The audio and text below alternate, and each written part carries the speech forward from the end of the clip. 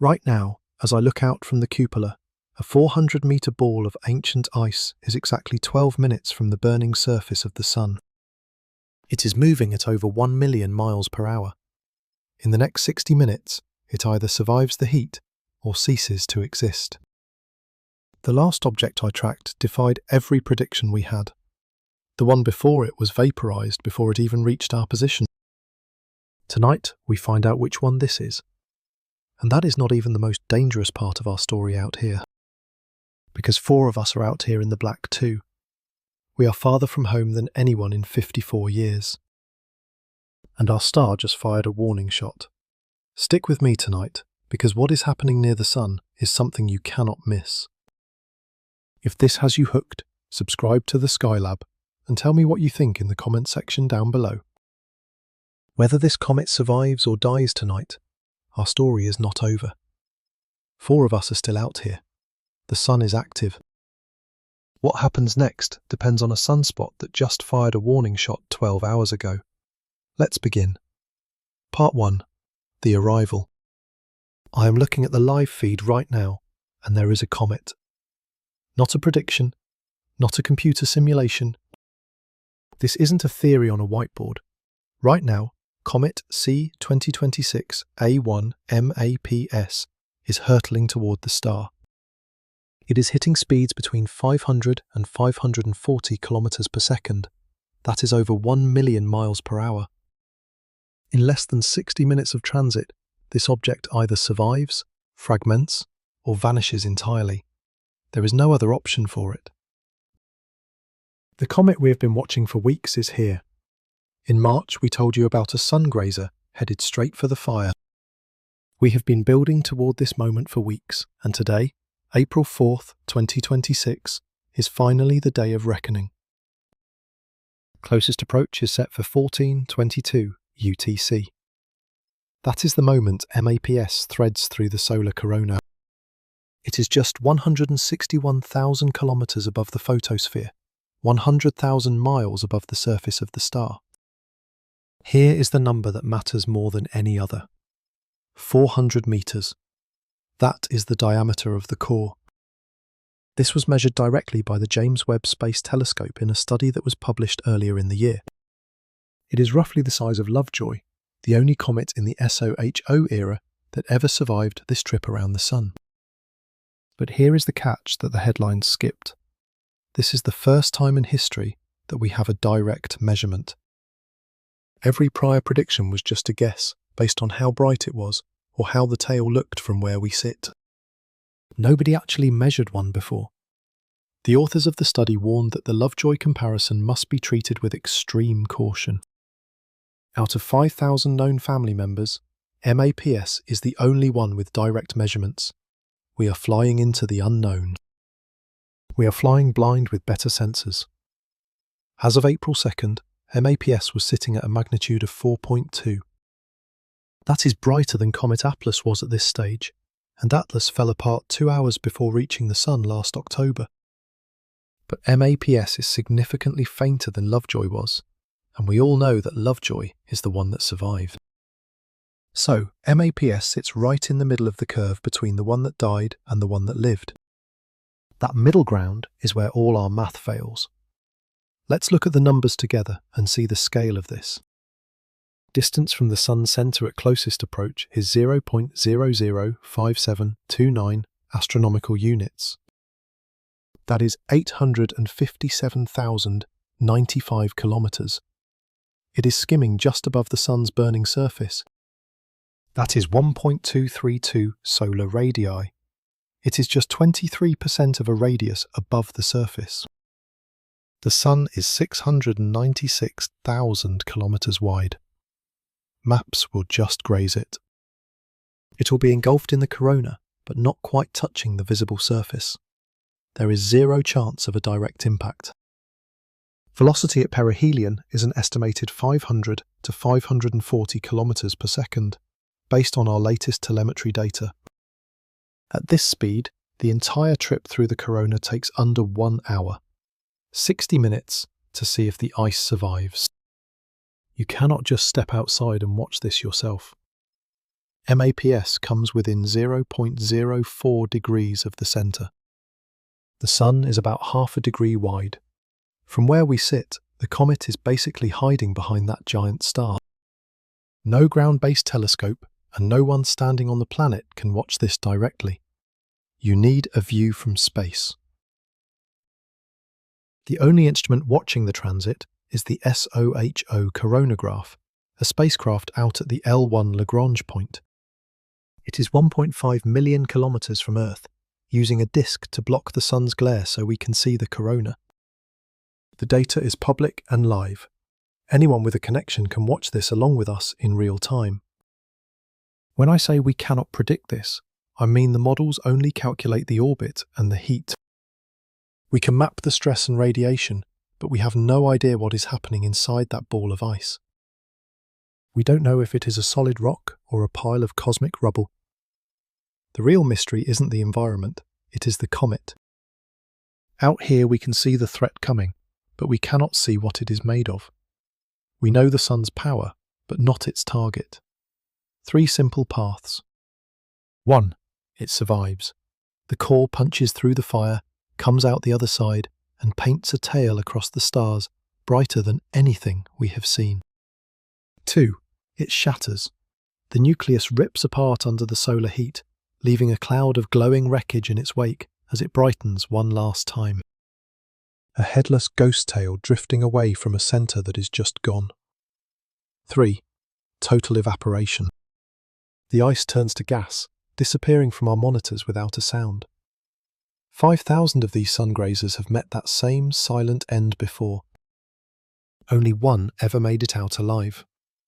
To see why this rock might beat the odds where thousands of others failed, we have to look deeper. You and I need to understand its origin and just how long it has been drifting through the void to reach us. It starts with an ancient star that Aristotle saw crack in two over Greece. Part 2. Its lineage. A traveller from the Roman Empire. These Sungrazers are not just random rocks drifting near the sun. Out here we see them for what they really are, a family. It is a genealogy, a family tree traced back to a single giant that shattered thousands of years ago, scattering its children ever since. Each fragment is a test, locked in its own cold orbit, returning to the sun on a clock that spans centuries or even millennia. The specific branch of that tree that MAPS belongs to tells us everything about whether it will survive its next 60 minutes in the furnace. Most of you watching already know the basics of these Sungrazers. What you might not realise is how this family splits into groups with different bones, different histories, and different chances of living through the fire. Their lineages trace back to different moments when the parent body was torn apart by the sun's gravity. Its group tells us more about its fate than its size or speed ever could. But even now, we cannot agree on its classification. Here is where it gets strange. Its orbital period, calculated before it even reached the inner planets, points to a very long journey. It last faced the sun roughly 1,695 years ago. That puts its last visit around the year 331. Think of that world, the Roman Empire. Constantine had been dead for only 6 years when this rock visited. As empires changed, a comet dove through the sun's fire and survived. We know it lived because it is back for more. It spent nearly 2,000 years in the deep freeze of the outer system. It has been drifting in the dark since Rome fell. Now it is back. We are watching its arrival through our viewports, but we still do not know if it survives the return trip. This family began when one massive body shattered, likely the great comet Aristotle and Ephorus watched way back in 371 BC. Aristotle wrote about it. Another witness, Ephorus, actually saw the thing split into 2 separate pieces. If he was right, it was the first recorded instance of cometary fragmentation, the start of a massive cascade that has produced Sungrazers for 2,400 years. It did not happen all at once. Every time a piece gets too close to the sun, the heat and gravity tear off more. That is how these groups formed. With its 1,600-year orbit, MAPS might be a second-generation fragment, fresh and sturdy. It might have broken away during those early events, perhaps related to the daylight comets seen in the year 363. Roman historians saw it back then. If this history holds, then MAPS is not just some tiny leftover, it is a primary piece. This could be a massive chunk of the original parent, making only its second approach to the Sun in all of history. You and I must realise that history is the only thing that might save it in the next hour. A fresh fragment like this is much tougher than a rock that has been baked and broken over dozens of orbits. Older fragments are stressed and cracked from too many close calls. Every time they pass the Sun, they get weaker and more fragile. The Sun bakes out their ice and creates deep cracks that make them fall apart on the next trip. If this is only its second time, MAPS could be fresher and structurally stronger than any other comet we have seen in our lifetime. That first pass probably cooked the outer shell into a hard crust, but the heart of this thing could still be pristine. Picture a 400-meter ball of ancient ice, shielded by a frozen shell, facing the fire for only the second time ever. At first we put MAPS in the P subgroup, part of what we call Population 1. That group includes famous survivors like Lovejoy. Out here, Population 1 is known for having the best track record for staying in one piece. That was a good sign, but its massive orbit does not match the way that subgroup usually moves. We think the similarity was a coincidence. The path looks right, but the timing is all wrong. It might belong to a subgroup we have never seen. This is much more than a boring scientific debate. It means we have no idea how it will react. We know how Population 1 behaves, but this is something else entirely. Other groups like Population 2 have a much messier history. Some lived, some died, and we just cannot be sure. You and I are watching something truly unique, a comet diving into the Sun's fire with no rules to tell us what happens next. From my view out here, the data confirms this thing has a legitimately massive nucleus. MAPS was found on January 13, 2026, from an observatory in the Chilean desert by a team using the MAPS survey program. We saw it 81 days before its closest approach. For a Sungrazer, that is incredibly early. Usually, our sensors only catch these tiny fragments a few hours before they vanish into the Sun. But we could see MAPS from the ground 3 months out. That confirms it is much larger. It was bright enough for small telescopes to track. The tiny ones never show up like that. Back in 1888, a scientist realised the famous great comets were all just pieces of one ancestor. It changed everything. It meant these weren't random events, but fragments of one ancient disaster still haunting us. Now MAPS is a live test to see if that family tree reaches back 2,000 years. We are watching a fragment of something Aristotle might have seen, arriving at the Sun for the second time since the Roman Empire fell. We have the Webb telescope and solar feeds locked on, yet nobody knows what happens next. Now, you and I need to look at the survival statistics that most people on Earth are getting completely wrong. That sounds like a death sentence, but most of those 5,000 rocks were just tiny pebbles. You have to compare it to the large Sungrazers. The Great Comet of 1843 actually managed to survive. So did the ones in 1882, 1965, and even 2011. Only Atlas in 2024 was crushed. That is an 80% survival rate for the big ones. MAPS is 400 metres wide. Its chances are way better than the headlines down there say. So the question isn't if these giants can survive. We have seen them do it. The real mystery is what kills the ones that fail, and if MAPS has those same weaknesses. The answer lies in the physics of the next hour. Think of the 60 minutes ahead of us as a gauntlet. The comet is screaming toward the Sun, and every stage is a different kind of filter. If the nucleus clears every hurdle, it survives. If it trips once, it is gone forever. This rock is hurtling toward the fire at 1,000,000 miles per hour, with no way back. At 1.232 solar radii, the comet hits the Sun's massive magnetic field. It is flying through loops of plasma over 1,000,000 Kelvin.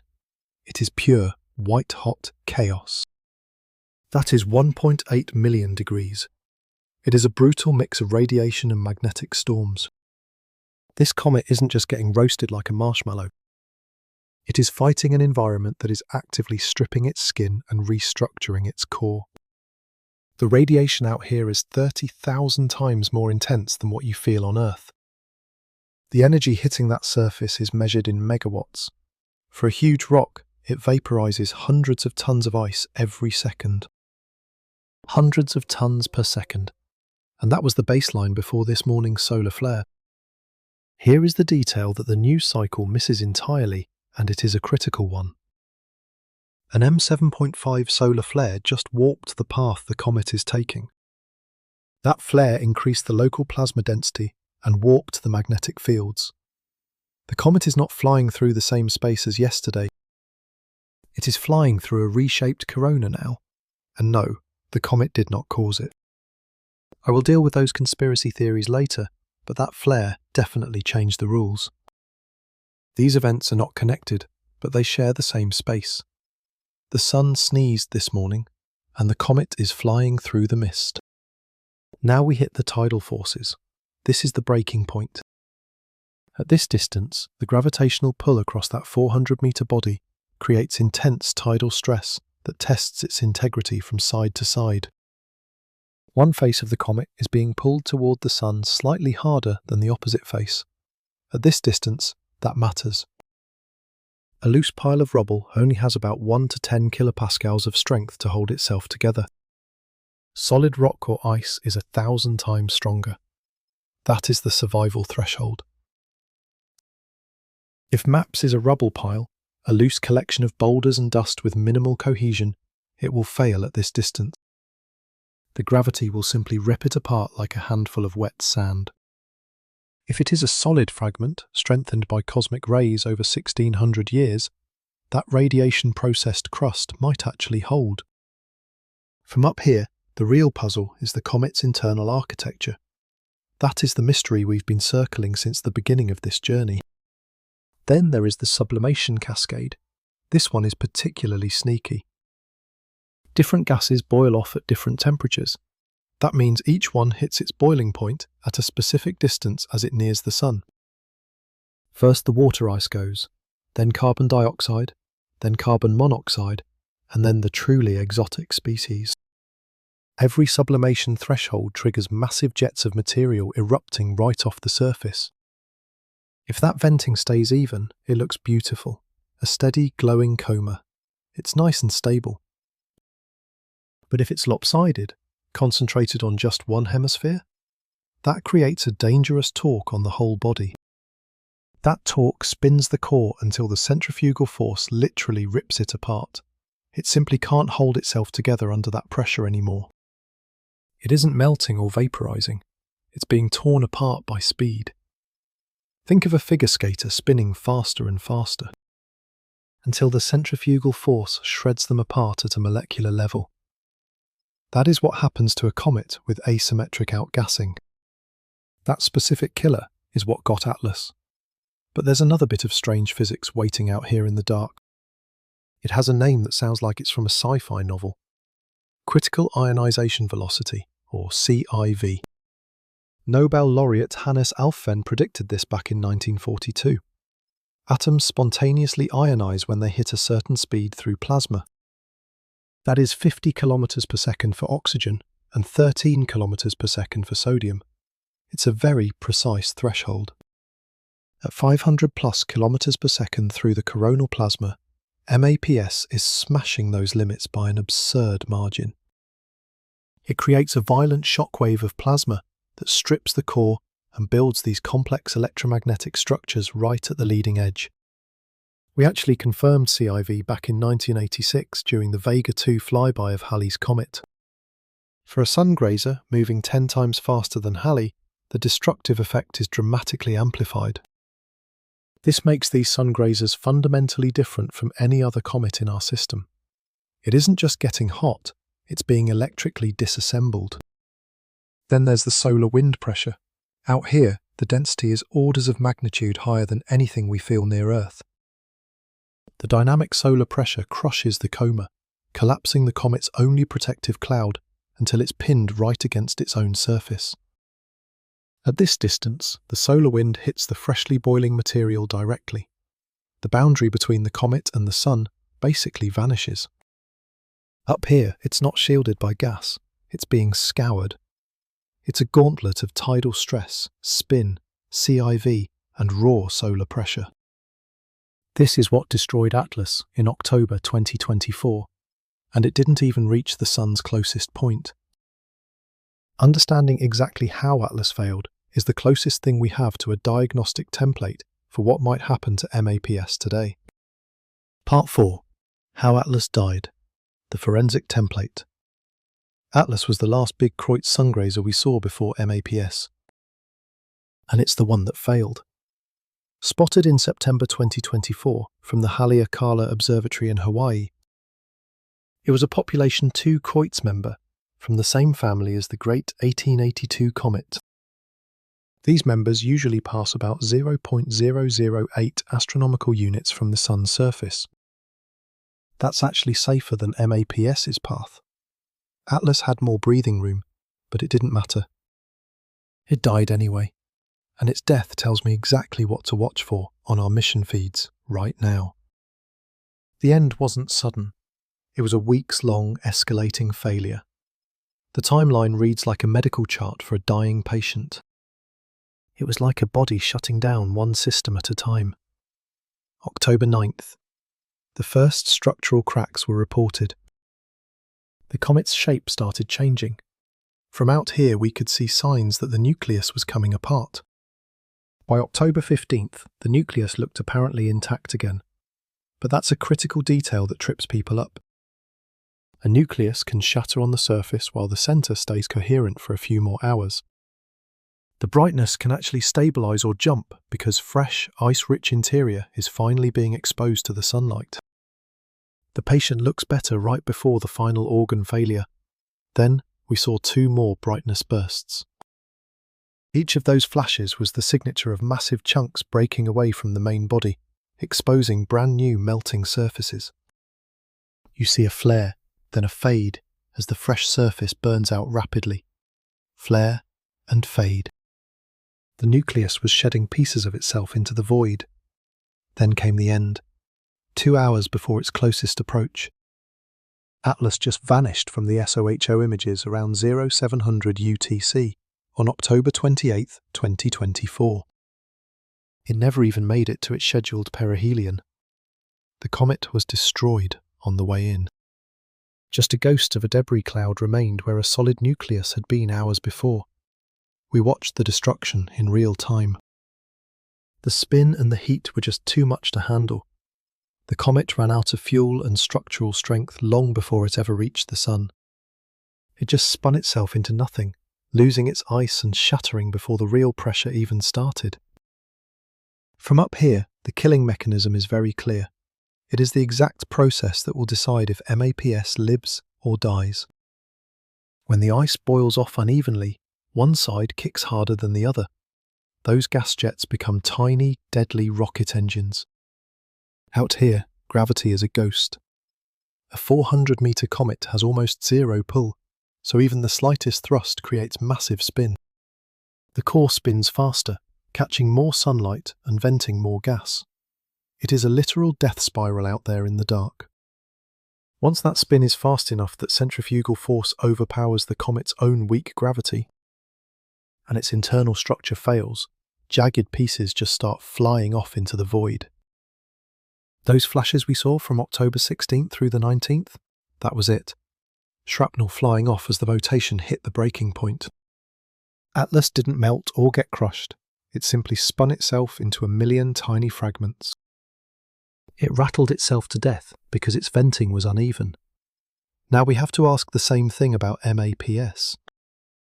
Is that core spinning too fast? Are the gases venting evenly? The LASCO data before it hits the sun is our only real-time sensor. A smooth glow means slow rotation. Even venting is a good sign for survival. That is what we want to see. Any flickering, spikes, or lopsided shapes tell us it is following the same unstable path that killed Atlas. That is the warning sign. If you're tracking the SOHO feed with me, watch for that smooth glow. That is the signature of survival. Now, the subgroup classification might change everything, and I have to be honest about the unknowns we're facing. Atlas was population 2. We aren't sure about MAPS. It could be population 1, or something we've never seen.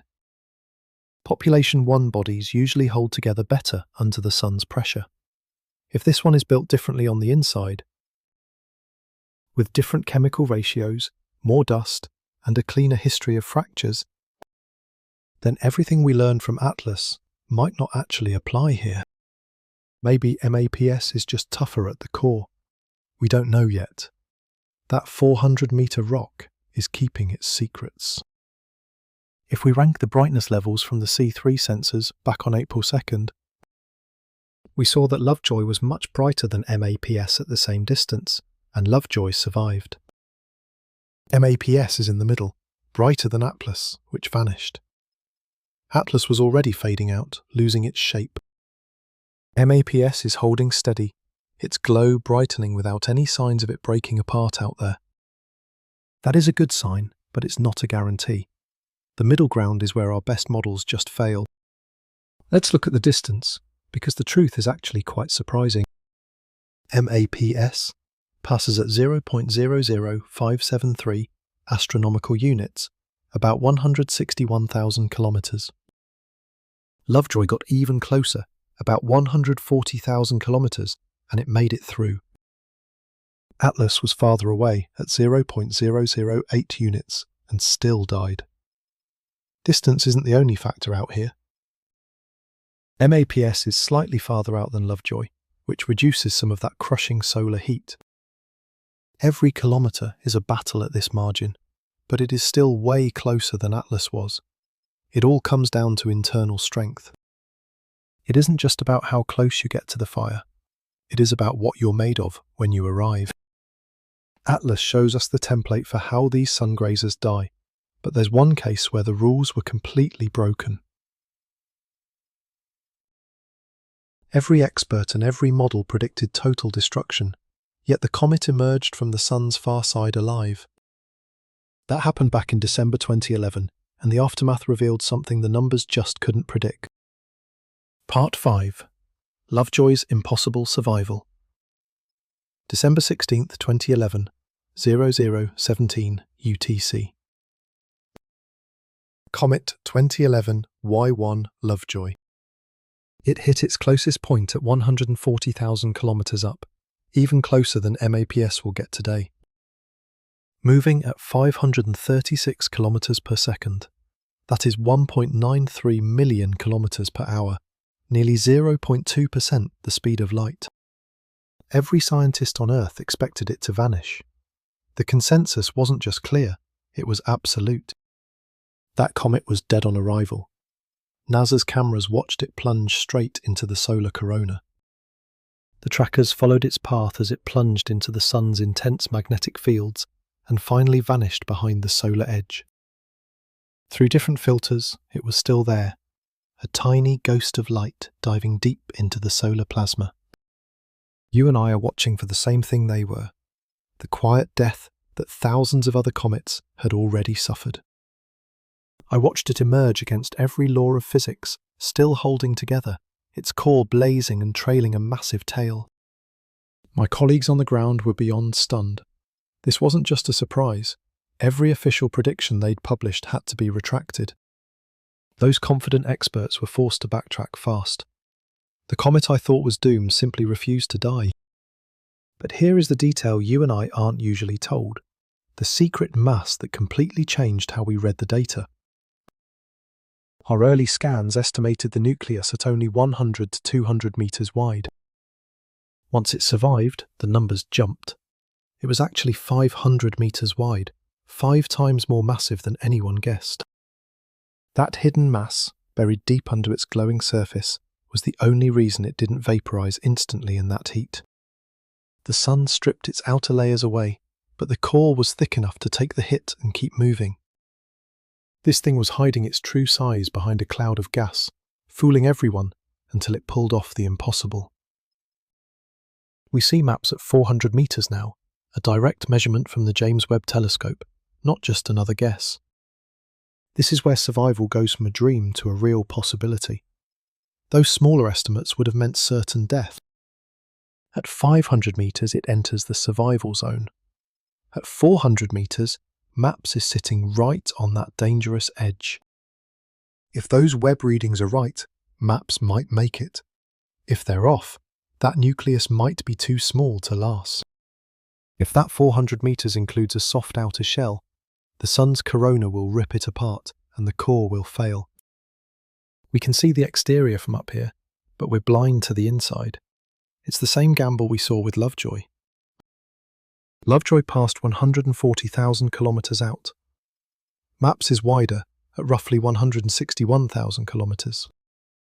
That is a gap of 21,000 kilometers.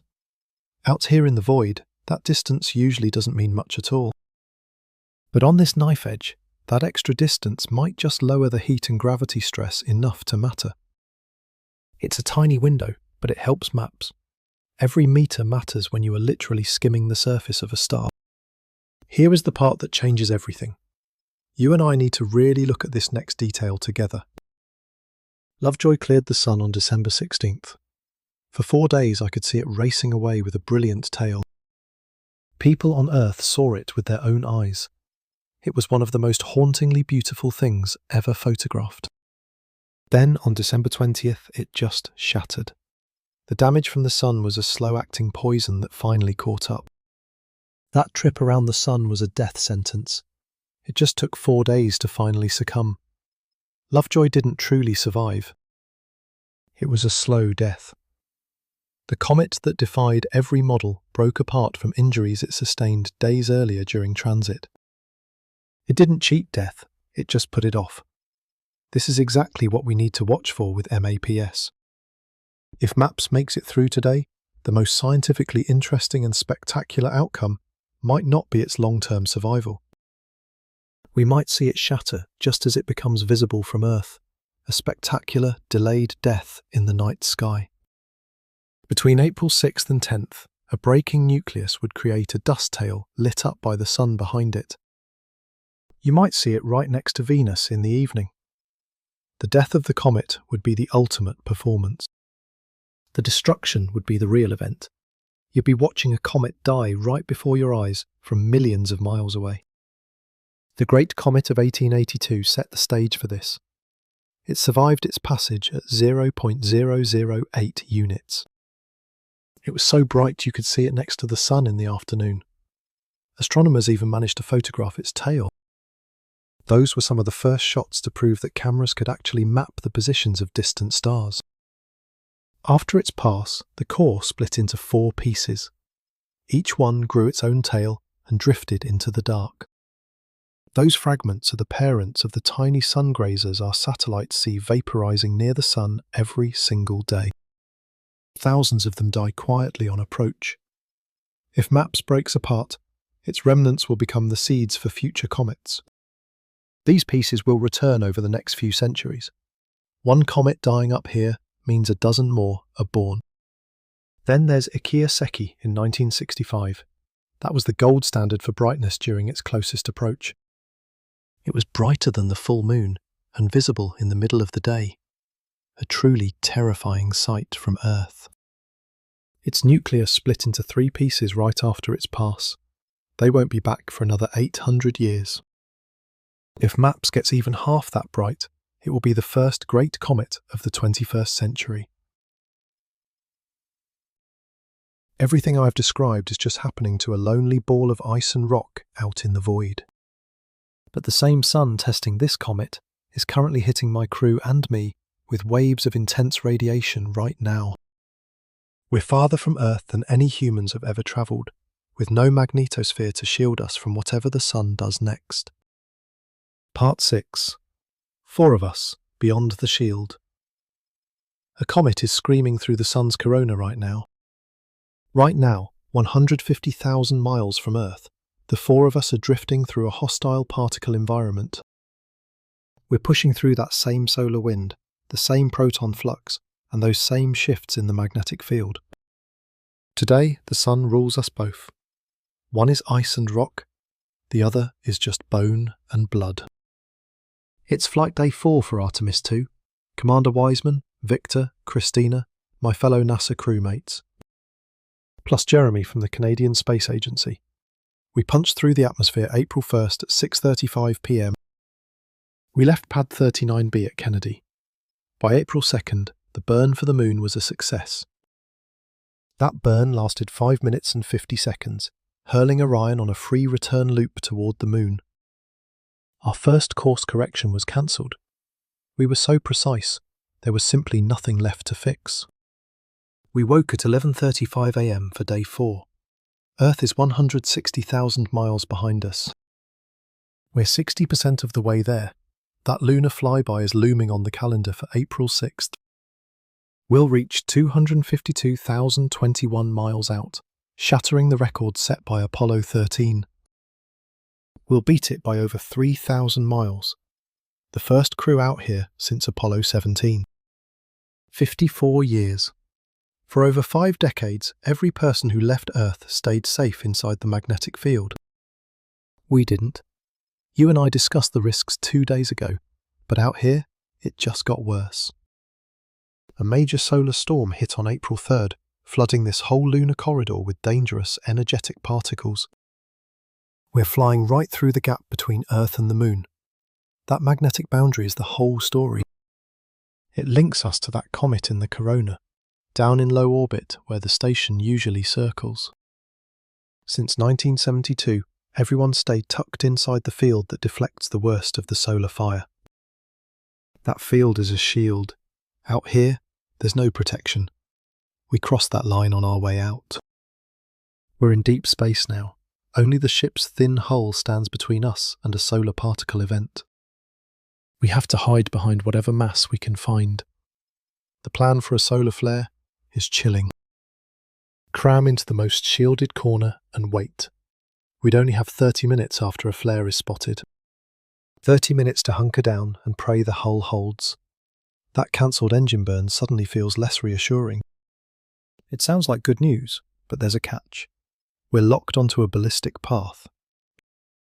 If the radiation spikes, we can't just turn around. We can't change course. We just have to endure. The path is set. The same precision that saved fuel took away our chance to run from trouble. We're committed. Victor sent a report back about the cabin temperature that really sticks with me. It's colder than we thought. We're wishing for better sleeping bags while the ship's thermal systems are being tested. It's the first time for a crew. Everything, from the air we breathe to radiation sensors, is new. We're testing deep space comms during a solar maximum and a geomagnetic storm with humans actually on board.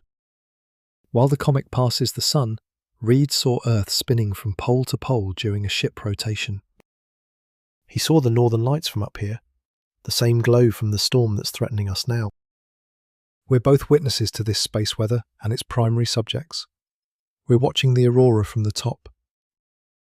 We're being bathed in the very particles creating it. The sun decides if the comet survives. And us. It'll decide if our radiation levels stay safe over these next 6 days of our mission.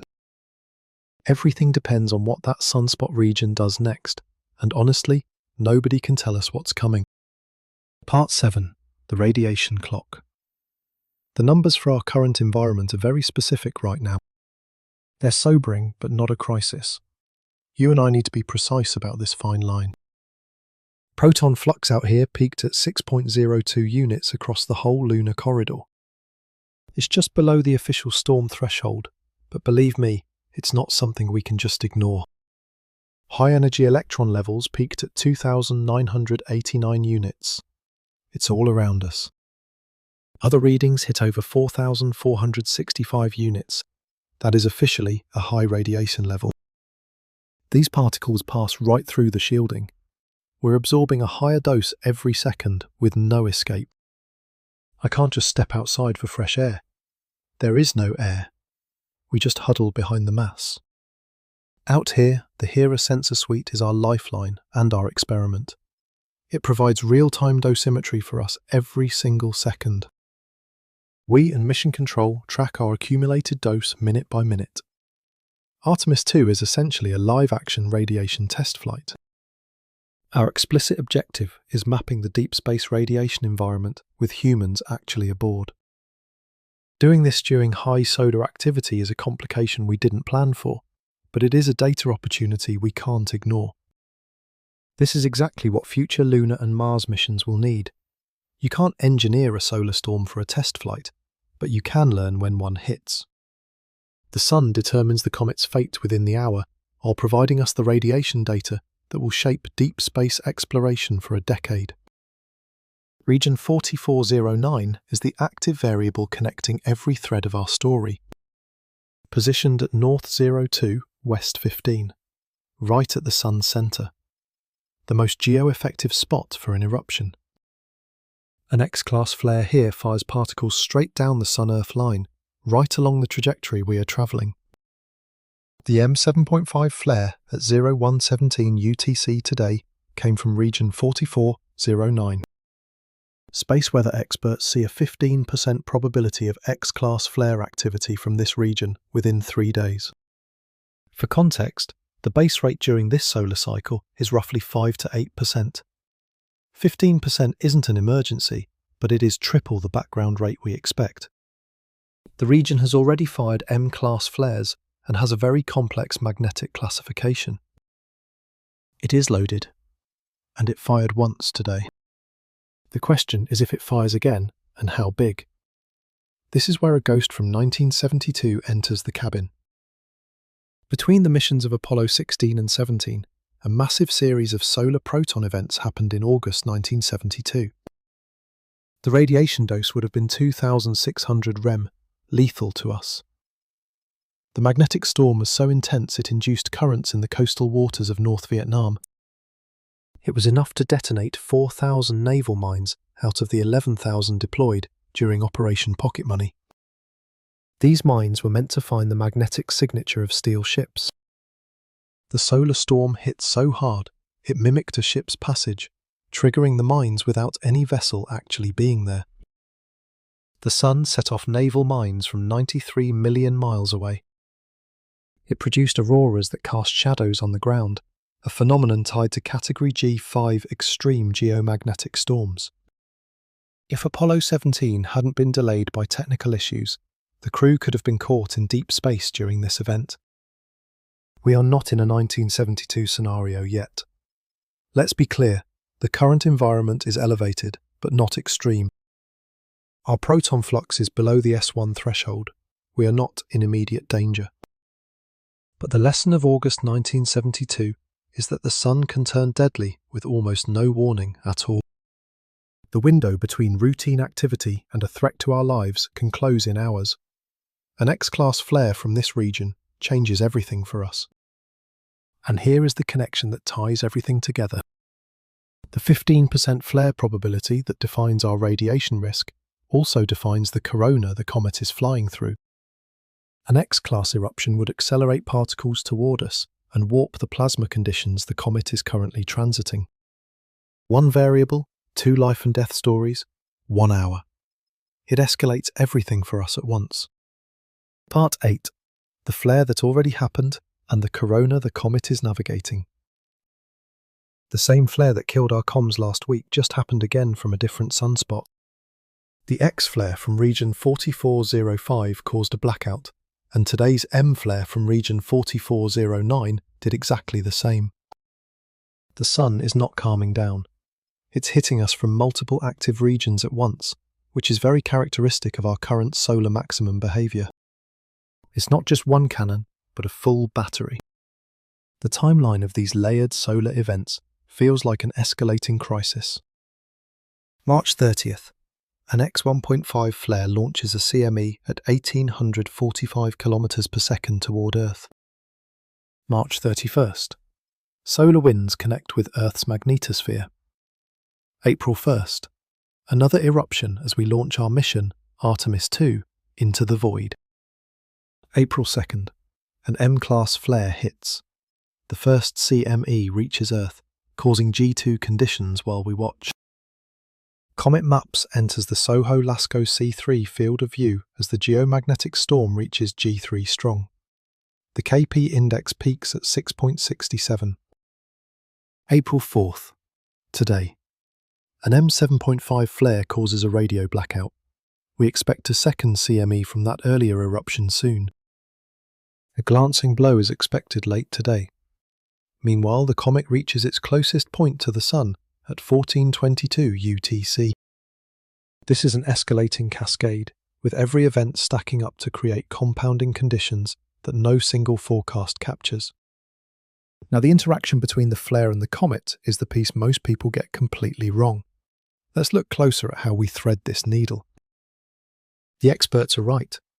From my view up here, I know comets do not actually trigger solar flares. That comet nucleus is just a few billion tons. Out here, that is a speck. It is nothing compared to the 10 to the 15th power tons of solar plasma. The energy from its vaporization is tiny against the Sun's massive magnetic power. That storm on April 3rd? It was a flare from April 1st, before the comet even reached the Sun's outer atmosphere. Just because events happen together does not mean one caused the other. But ignoring the comet hides the real danger out here. The Sun's influence on the comet is what matters. A flare hits the corona right where the comet travels. That M7.5 flare at 0117 UTC warped the plasma hours before perihelion. It shifted the local density and twisted the magnetic fields in its path. This comet is not flying through empty space. It is screaming through a specifically altered tunnel of solar radiation. The Sun sneezed, and the comet is choking on the aftermath. These solar impacts threaten the comet and our crew simultaneously. We are tracking another solar blast from April 2nd. It should hit us by late tonight or early April 5th. This arrives on top of high-speed solar winds and the residual pressure from that X1.5 flare recently. When these storms hit while the magnetic field is still reeling, the damage can double. For our Artemis crew drifting beyond Earth's shield, the real nightmare is the swarm of solar particles flooding the space between worlds. I have to address the rumours honestly. Ignoring the conspiracy talk only makes the fear worse for everyone. People online are claiming that these sun-grazing comets trigger catastrophic solar explosions. They point to the timing of the storm and the comet, but the math fails. That storm left the Sun on April 1st, days before the comet was even close to the corona. With the Sun firing off multiple flares every day, these things are bound to overlap eventually. They also say NASA timed the Artemis launch for this comet. Impossible. That date was locked in 2024 for orbital reasons. We did not even discover the comet until January. Unless there is a secret time machine on this station, the theory dies. But the actual physics? That is fascinating. Think about a 400-meter rock slamming through solar plasma at 500 kilometers per second. The instabilities it creates are wild. From where I am sitting, what we are seeing is scientifically incredible. We are watching ionization fronts and magnetic lines twisting around the comet like a heavy shroud in the solar wake. The big question is if these tiny ripples could ever cascade into a massive solar event. Most research says no, the scale is off. But honestly, we have never seen something like this up close before. We have only ever tracked one other comet like this with modern instruments, Lovejoy. This comet, MAPS, is our second chance. There is one interaction I am desperate to see happen today. I have seen records of solar storms tearing comet tails right off through a process called magnetic reconnection. That glowing ion tail becomes a perfect map of the Sun's hidden magnetic structure. If a solar blast hits that comet tail while we are watching this week, we will capture data on a Sungrazer that humanity has never seen before. The comet becomes a scout. Its tail is a sensor, measuring a part of the Sun we cannot reach otherwise. The space the comet is entering was scorched by a flare 12 hours ago, and the risk of another flare is high. Right now, the fate of that comet and our astronauts is in the hands of a star we cannot control. Part 9. The Convergence. It is all happening at once. Step back and look at the view from my window on April 4th. Here are the cold facts. A massive Kreutz Sungrazer is reaching its peak point, the first we have measured with the James Webb, the biggest since 2024. 4 humans are drifting far from Earth for the first time since 1972. A solar storm is still shaking the planet's magnetic shield right below me. A massive flare from the centre of the Sun could erupt into an X-class event any second now. Another blast hits tonight. Meanwhile, down on the surface, a massive wave of storms is tearing across the country. Violent weather is peaking down there today. I can see the clouds rotating over the plains and the Midwest. Tornadoes are threatening the Corn Belt. High winds are ripping from Nebraska all the way down to North Texas. At the same time, a brutal late winter storm is freezing the Great Lakes region. Ice is coating Wisconsin, snapping trees and knocking out power for thousands of people. From up here, I can see the lights flickering out. Over 36,000 homes are in the dark across Wisconsin. Counties like Portage and Marinette just vanished. I am watching a massive swirl of snow and freezing rain. It is stretching from the northern plains all the way to New England. Nearly 300 weather alerts are active down there. While the space around me is roiling, the ground below is just as restless. I just saw the Amazon LEOLA-05 streak up from Cape Canaveral this morning, a successful launch. 29 new satellites for the Amazon constellation just reached low Earth orbit, and Atlas V delivered them right to my doorstep. It was a routine delivery, but it happened on the busiest day for space weather I have ever seen. Deep space exploration and cometary science are reaching a modern peak. The rockets keep coming up, regardless of what the Sun is doing. In 5 days, on April 9th, the SMILE mission will join us. It is launching from French Guiana on a Vega C rocket. SMILE is a joint project carrying 4 critical instruments.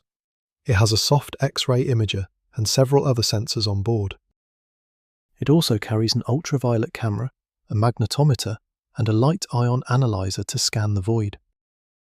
Its orbit will swing out 121,000 kilometers. From high above the North Pole, it will snap a single X-ray of the whole magnetosphere. For the first time, we will watch the solar winds slam into Earth's magnetic field directly through X-ray vision. At the same time, it will map the aurora in ultraviolet. This combined data will finally reveal the full chain of cause and effect. Solar wind compresses the shield, injecting particles that light up the aurora. These same forces are driving the G3 storm right now, spiking radiation levels for our Artemis crews out here in the void. This solar activity that reshapes the corona where the comet is flying, that is exactly what SMILE was built to study.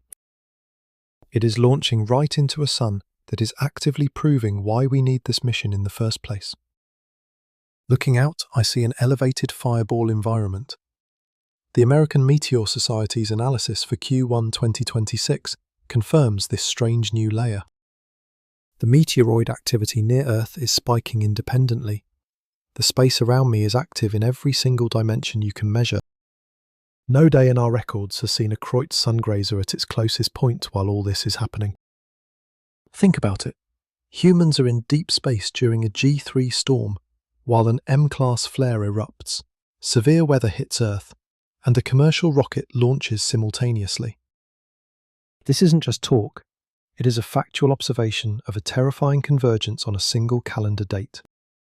Every one of these events is linked by one thing, the Sun. Its corona will decide if the comet lives or dies. Its particles determine the radiation I face. Its magnetic fury is what drives these geomagnetic storms. Its energy fuels the weather patterns you see below. We are watching it all with more instruments than ever before. Yet, we still don't know what happens next. let's start reading the SOHO feed together. Here is what you and I need to watch for. This is your practical guide. The SOHO feed is live online right now. The comet is visible until April 6th. That gives us a 5-day window. Anyone with an internet connection can watch this unfold. Here are the simple rules I use to track the feed. If the brightening stays steady and symmetric, it means the nucleus is still holding together. A smooth curve of light as it approaches the sun is the best sign. It means survival is possible. But a sudden lopsided burst of light? That means the comet is breaking apart. Look for a spike in brightness followed by a lumpy off-center cloud of gas. That is what a fragmentation event looked like for Atlas. This is the bad sign. If it fades rapidly before getting close, the nucleus is already gone. The show is over before it even starts. Most Sungrazers just fade away into nothing. If we see a surge of light and a tail that lasts after it rounds the sun, that is success. Watch for the tail growing away from the sun. If it persists, the nucleus is still coherent and alive. The comet might punch through, but a surge followed by a rapid fade means it brightened just as it shattered. More surface area means a brief flash, but the fragments are just too small to survive the heat. It is a spectacular death, but not survival. Just a flash and a slow dissolve into space dust. Maps will soon pass directly behind the sun as seen from my vantage point. This happens at 13:20 UTC on April 4th, and then it passes in front at 15:36. It will be just 0.04 degrees from the centre. Perihelion hits right between these times. That means the comet is closest to the sun precisely when it is impossible to see from any angle except the SOHO coronagraphs. SOHO was engineered for this.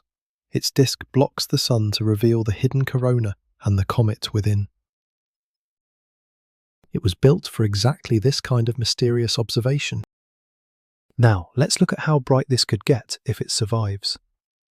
I want to be honest with you.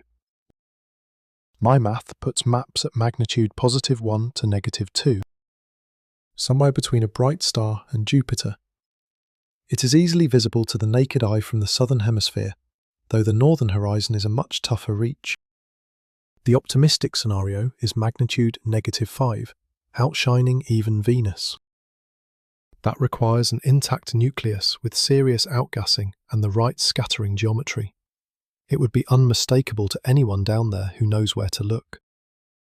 The extraordinary scenario, magnitude -10 to -15, daylight visible and brighter than the full moon, is what the Great Comet of 1882 achieved. Everything has to go right. A large coherent nucleus, maximum outgassing, and the perfect geometry. If it reaches this range, it is the first great sungrazer of the 21st century, watched by space-based sensors that never existed for prior events. And if MAPS dies, what does that look like on our monitors, and why should you and I care? The fragmentation signature on our feeds shows a point of light stretching out, turning diffuse, and then fading away over several hours. The dust stays behind longer than the nucleus. We might see a ghost of the comet's path on the coronagraph, even after the heart is gone.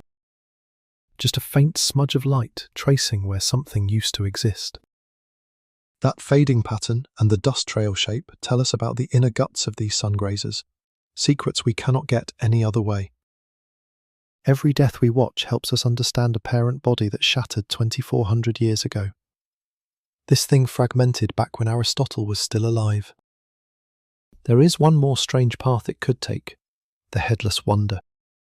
If MAPS breaks apart during its closest pass, but leaves a massive tail, we get a comet without a head. A long, ghostly trail of dust and gas drifting away from the sun, with no central nucleus. Comet Lovejoy did this back in 2011. The visual effect was haunting, a massive, ghostly tail in the sky with no obvious source. That is a very real possibility for MAPS, even in a total destruction scenario. And it could still put on a show for you from April 6th to 10th. But whether you are watching our feeds or scanning the sky, what would you see if it survives. Where do you look? When should we be watching? What makes a Sungrazer tail look so different from anything else? Part 11. If it survives, the post-Perihelion show. The window opens April 6th. If MAPS makes it past the sun's fire and comes out the other side with an active nucleus, it hits the phase where sunlight hits that expanding dust tail, creating the massive spectacle that people associate with great comets. It passes closest to Earth around April 6th at approximately 0.96 astronomical units, or 143.8 million kilometers. From where I am sitting, the angle of that tail relative to the sun determines how much drama you see on the ground. This is where the physics of light gets beautiful. We are talking about forward scattered light.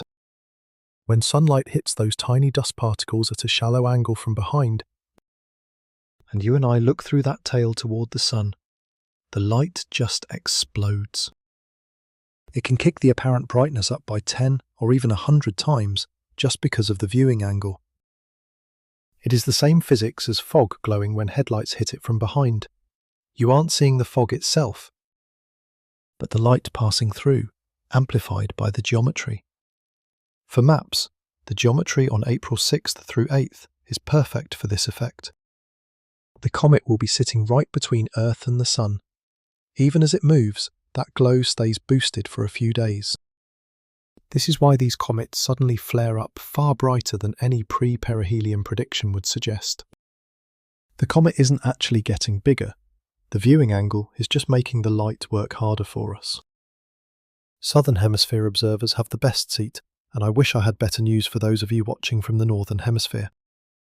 The path this thing is taking after the sun strongly favours people watching from the south. From Australia or South America, it will sit high above the western horizon, with plenty of time to watch after the sun goes down. But from the States or Canada, it will be hugging the southwestern horizon in a very narrow window after sunset. It is going to be a tough catch, but not impossible. You need clear skies and an unobstructed western horizon with nothing blocking your view. Timing is critical. You only have 30 to 45 minutes after the sun goes down. This is the kind of search where you plan ahead and bring binoculars. Venus will be your guide star. If it hits magnitude -2, Venus, which is glowing right now, will be your best reference point in the sky. The comet should be hanging out near Venus between April 6th and the 10th. Locate Venus in the west after sunset and scan nearby with your binoculars or the naked eye. If you see a bright light near Venus that wasn't there last week, you are looking at either the first great sungrazer of the century or a historic death. Either way, you are witnessing something no one alive has ever seen. If it survives, I should see two parts to that tail, a curved yellowish-white trail of dust. It is made of tiny silicate and carbon bits pushed back by solar pressure, alongside a straight blue ion tail. That blue tail is ionized gas caught in the solar wind. From up here, the dust tail is much brighter. Calculations say it could stretch 10 degrees across the void, about the width of a clenched fist at arm length. It points away from the sun, arcing up and left. Down on Earth, it will look like a streak at dusk. The tail Lovejoy left back in December 2011 was easily one of the most beautiful sights of this century. That was mostly for the south. If this one lives and shines bright, the view in April 2026 is tough. But way more people could see this than Lovejoy. Plus, there is a chance it shatters into a spectacular hybrid. If it makes it past the sun but breaks apart a few days later, we will be watching it happen live. Picture multiple pieces, each sprouting its own tail, drifting apart right before our eyes over several hours or days. In 1882, a great comet split into 4 distinct parts, creating one of the most legendary shows in history. If it breaks while we are watching, you and I might witness the birth of a new sun-grazing comet family. Those fragments will drift back to us one by one over the centuries, each facing its own test of survival. We are watching the birth of what your descendants will see. Live or die, the next 6 days are massive. My fellow Artemis crew members and I are reaching our absolute farthest point from home. A new ship is launching to study the very things we are feeling now. The line of prediction is thin. And that line is only getting sharper. Part 12. The next 6 days. What happens after the closest pass? On April 5th, we will check the cameras. We might see it emerge with a massive growing tail. If it is gone, we will see nothing but dust. By April 5th, you and I will know the outcome. The comet makes its closest pass to Earth around then, at roughly 0.96 astronomical units away. Folks on the ground will start searching for the tail. April 6th brings 2 huge milestones on the same day. We will hit our maximum distance, 252,021 miles, smashing the old Apollo 13 record. As we fly by the moon, we will look down at parts of the far side never seen directly before. Long shadows will stretch across the surface, highlighting jagged ridges and the deep rims of craters in the light. During our flyby, we will see something truly historic, a solar eclipse where the Earth itself blocks out the sun. We are watching this from beyond the moon. It lasts nearly an hour. Just try to imagine that sight. Your home is just a dark circle against the star that has been driving all of this, testing the comet. The star that blasted us with radiation and fueled the storms is now just a bright ring behind home. We are watching from 252,000 miles away, farther from home than anyone has ever been. While we watch Earth eclipse the sun, you might see the comet tail emerging from behind that very same star. 2 views of the same sun, mine from space, yours from the ground. That is our window for the comet. Each night it drifts farther from the sun, making it easier to spot even as it starts to fade. April 6th and 7th are peak brightness, but it is a tough angle because it is so close to the sun.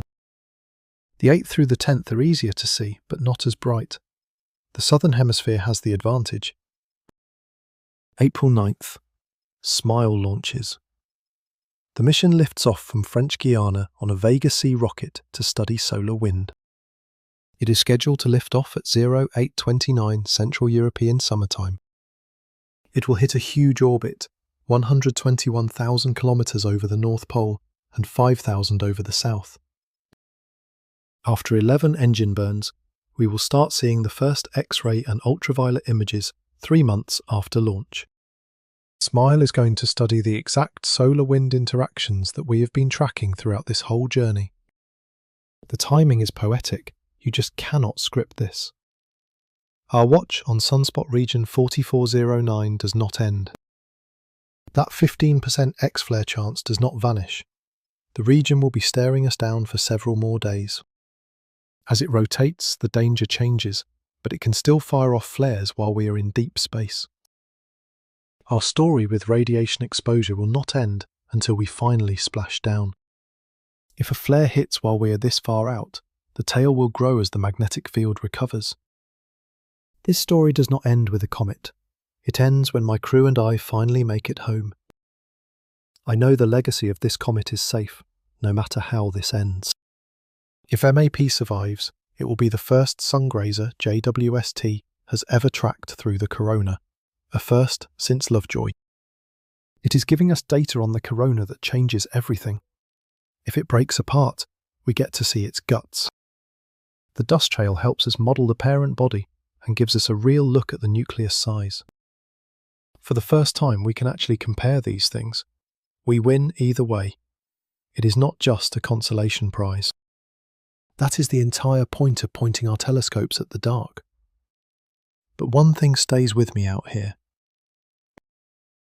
We built the gear, we launched the rockets, we are here. We can see more than any generation before us. But that comet, 400 meters of ice and rock travelling since the Roman Empire, does not care about us. It either stays whole or it does not. That shows us the limits of what we can ever know. Part 13. The irreducible uncertainty. Here is the paradox you and I have to face. It is the most vital thing I have ever tried to explain. We can calculate orbits perfectly. Our Orion trajectory was so spot on that we skipped the first correction burn. We forecast solar storms days in advance. We can calculate radiation doses down to fractions of a rem. We can track a nucleus from 400 million miles away using an infrared telescope, but we cannot see inside it. We do not know if it will crack. We cannot predict if that active region fires an X-flare or nothing. For the next 72 hours, it is just percentages. The gap between our data and our predictions is not shrinking. Our better instruments just show us the gap more clearly. We are not erasing unknowns. We are mapping their edges. We are just getting better at describing our own ignorance. Let us look at the instruments watching with us right now. SOHO is tracking the brightness curve in real time. SDO cameras are staring at those active regions on the Sun. We are watching the solar disk in ultraviolet, catching every flicker. GOES 19 sensors are waiting for the big flares. We are tracking X-ray flux every minute. Stereo A gives us a side view of the massive eruptions. SOHO has its blind spots, but our HERA sensors track the radiation hitting us inside this capsule in real time. My crew is flying through the void. On Earth, magnetometers from Alaska to Australia are measuring the global chaos. All this data is live. The X-ray plots and the KP index are updating online for everyone to see. There has never been a moment in history with more eyes on the Sun, the comet, and the Earth. And yet, the fate of that comet depends on variables that none of these high-tech sensors can see. It is about the frozen core of a ball that has been hurtling through the dark since the fall of Rome. There is a human choice hidden in this uncertainty. They sent the four of us out into this environment. We know what we know. Our Artemis II mission launched right at the peak of solar cycle 25. We headed into a storm. We are the first humans to ever characterize this radiation environment from the inside. A 15% chance of an X-flare is within our risk limits. The proton flux is within the design specs. I need to be clear about this. Within design parameters does not mean safe. It just means we did the math. We decided the risk was worth it and we burned the engines anyway. That is what space exploration is. It is the deliberate choice to face the unknown. Apollo accepted it. Every shuttle crew accepted it. Every astronaut on the station accepts it. And now, we are accepting it farther out than anyone in 54 years. We are in a storm we have never measured with people on board. We came anyway, because the only alternative is staying home. And staying home does not solve anything. It just means you never get the data. The comet does not negotiate. MAPS is just a natural object following the laws of physics through a sea of solar plasma. It does not know we are watching. It does not care about our models. It has no radio and sends no data. It makes no choices. It either survives the heat or it breaks. That was decided billions of years ago. It was decided when this rock first formed, and by every freezing cycle it has endured since. We are watching 2,400 years of physics reach a climax in under an hour. We only get the answer after. What this shows us about the frontier is something most people get wrong. Let us look at what a frontier really is. It is the place where we know exactly what we can measure and exactly what we cannot predict. We track that orbit within 1,000 kilometers, but cannot predict its failure. We see our radiation dosing real time. We cannot predict the next X flare. These instruments do not close the gap, they define it. That gap is the frontier. That gap between what I measure and what I predict, between knowledge and certainty, has been our focus since day one. Right now, we are 161,000 kilometers above the Sun. It is time for the big picture. If you have been following my logs from episodes 14 to 39, you have watched these threads develop on their own. This is where they collide. I need to trace these lines, because this convergence is no accident of timing. It is the reality of living within the Sun-Earth system, where nothing happens in isolation. Episode 14, March 9th. Comet C 2026 A1, the Black Swan event I never saw coming. That was our first deep dive into the Burns analysis and the potential for a massive solar eruption. We spotted the comet a month before its closest approach, back when it was just a smudge in those desert telescopes. Those who watched that first log have been waiting for this moment. Here is why that wait matters. The uncertainty from March, the size of the core and its true classification, remains a mystery even now. Whether it survives or vanishes is still a coin flip. 4 weeks of watching have only sharpened the question. We have the James Webb data and the SOHO images, yet the end is unknown. That is real science. This is what it looks like to face an open question in the void. You do not always get an answer. Sometimes I can only give you a better question. Episode 34, March 28th. A giant comet has us all on edge. We looked at the Kreutz family history in detail. We explored complex theories and the Alphen prediction. I used the Lovejoy survival story to give you the framework needed to watch the SOHO feed with me. If you were there for episode 34, you are watching the live feed right now. This is participatory science. You know how to read the brightness and the bursts. I gave you the tools. Today, you use them. This is not just entertainment. It is witnessing a scientific event in real time. Episode 36, March 30th. A solar flare just went dark across half the globe. An X1.4 flare from region 4405. The M7.5 from region 4409 today is the same monster from a different spot. The sun turned, new storms appeared, and the pattern held. Solar maximum is not a single event.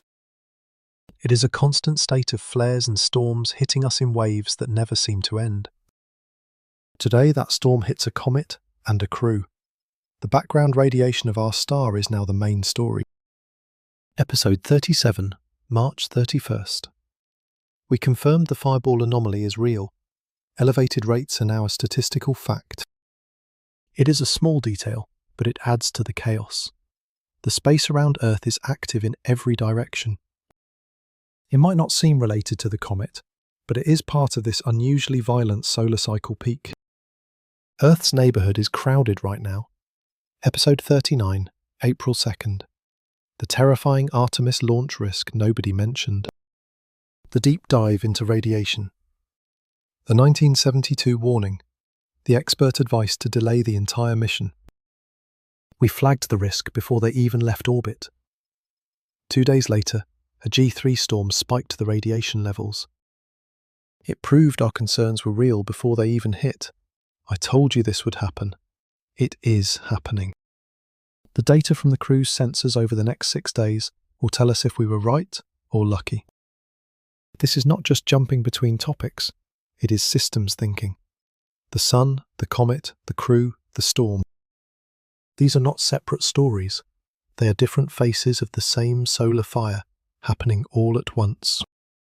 Splitting them up would be a lie. The convergence is the story. We have been tracking each thread for weeks. Now you have the background to understand why this all matters. I do not need to explain the comet. You already know the stakes. You understand why the radiation hitting the crew is critical. You watched the logs. What we need now is to see how it all connects today and what it reveals about the edge of certainty. No single thread tells the whole tale. The feed is live. The comet is there. The answer comes in minutes. Part 15. The SOHO coronagraph feed is live right now. The comet is screaming toward its closest point. Think of everything we have learned, from ancient history to the physics of sublimation and ionization speed. The forensic evidence of how these giants die from the inside out. The Lovejoy precedents that defied every model. Our crew is flying through radiation 150,000 miles away. The flare just reshaped the sun's crown. Every event has layered onto this one date. It all converges on a single stream from a lonely spacecraft. Watching the heart of our system as it meets this visitor from the dark. I am 1.5 million kilometers from home, blocking the sun with a disk to see the corona and whatever passes through it. 3 paths remain. One final countdown. We are seeing these possibilities now with a clarity we simply did not have before. Survival. A 400-meter fragment of ancient history, here since 331 AD, plunging through million-degree plasma. Screaming at 500 kilometers per second, it could emerge as the first great sungrazer of our new century. We would see it near Venus. The first giant comet watched by every satellite and telescope we have out here. Never before has humanity watched a giant comet survive the sun with this level of instrumentation. If it makes it, the data we get will be unreal. The view? Absolutely haunting. I imagine it flying outward, scarred and bleeding dust, its tail glowing as the sunlight catches every trail it leaves. Every lens on the night side of Earth turns toward us. But then, fragmentation. The core snaps during its closest approach, a spectacular delayed death in the style of Comet Lovejoy. A ghost tail streaming from nothing, or a scattered parade of fragments that seeds future comets for centuries to come. The death is the masterpiece. Shards with their own tails lighting up the sky as my crewmates reach deep space. We would be watching the birth of future comets in real time, visible to anyone looking west after the sun sets. Spectacular, informative, final. Evaporation. This comet might join the 5,000 others that just vanish into the glare. A bright speck, becoming nothing. It is the quiet end most of them meet, but this time our instruments will measure exactly how it dies. This hasn't happened before. We know its size, and if it is not enough, even that failure teaches us the truth. Even silence gives us data. My crew, Reed Wiseman, Victor Glover, Christina Cook and Jeremy Hansen, wake up at 11:35 a.m. We are readying for the lunar flyby on April 6th, tracking the invisible radiation hitting our hull right now. It is freezing in these sleeping bags. We are testing this ship's limits, 150,000 miles from home.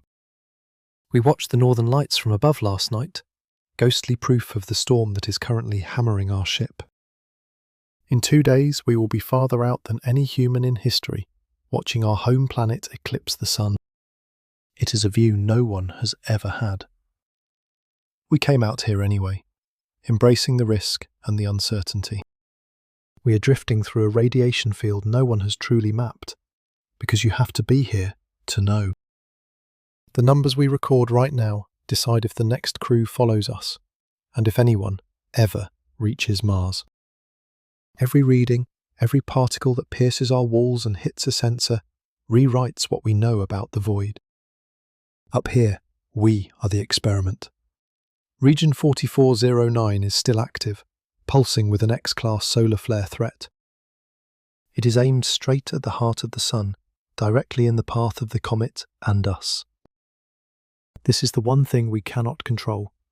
It flared this morning, it might strike again tonight, or never. 15% is not 0, it is not 50. It is the only honest answer we have out here. In 5 days, a probe launches to study how our home planet reacts to everything we are feeling right now. The SMILE mission will map the magnetosphere in X-rays and ultraviolet, measuring the wind that buffets us. 3 months from now, we get the first images. How does the Earth's shield handle these massive solar impacts? How do these particles travel through the inner system? What really happens at the Sun-Earth boundary during solar maximum? These questions are the mission of a ship not yet in orbit. We are living the experiment before our instruments are deployed. That probe will study a calmer sky to help us predict the chaos we are witnessing today. When this happens again, and it will, maybe we will finally understand what we are looking at. Maybe. During our flyby on April 6th, we will watch a solar eclipse caused by our own planet. Our world will be a dark circle against the sun from 252,000 miles away. Unprecedented. While we watch Earth block the sun from out here, you might see a comet tail emerge from that same fire. Two ways to see the same star, one from the deep and one from the ground. Both of us waiting. The live feed is running. The comet is in the frame, rushing toward the most violent place in our system. It is moving at 1 million miles per hour. Four of us are farther from home than anyone ever. We are flying through the ghost of a solar storm, protected only by this hull and a few minutes' warning. The sun is screaming, the ground is storming, and a new scout launches in just 5 days. My cockpit is packed with more sensors and data than any generation before me. Still, from this orbit, I cannot tell you what happens next. That empty gap between my instruments and my predictions, between what I see and what I know, is not a failure. It is the frontier of science.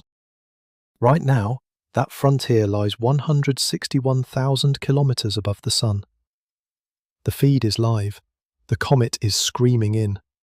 All I can do now is watch.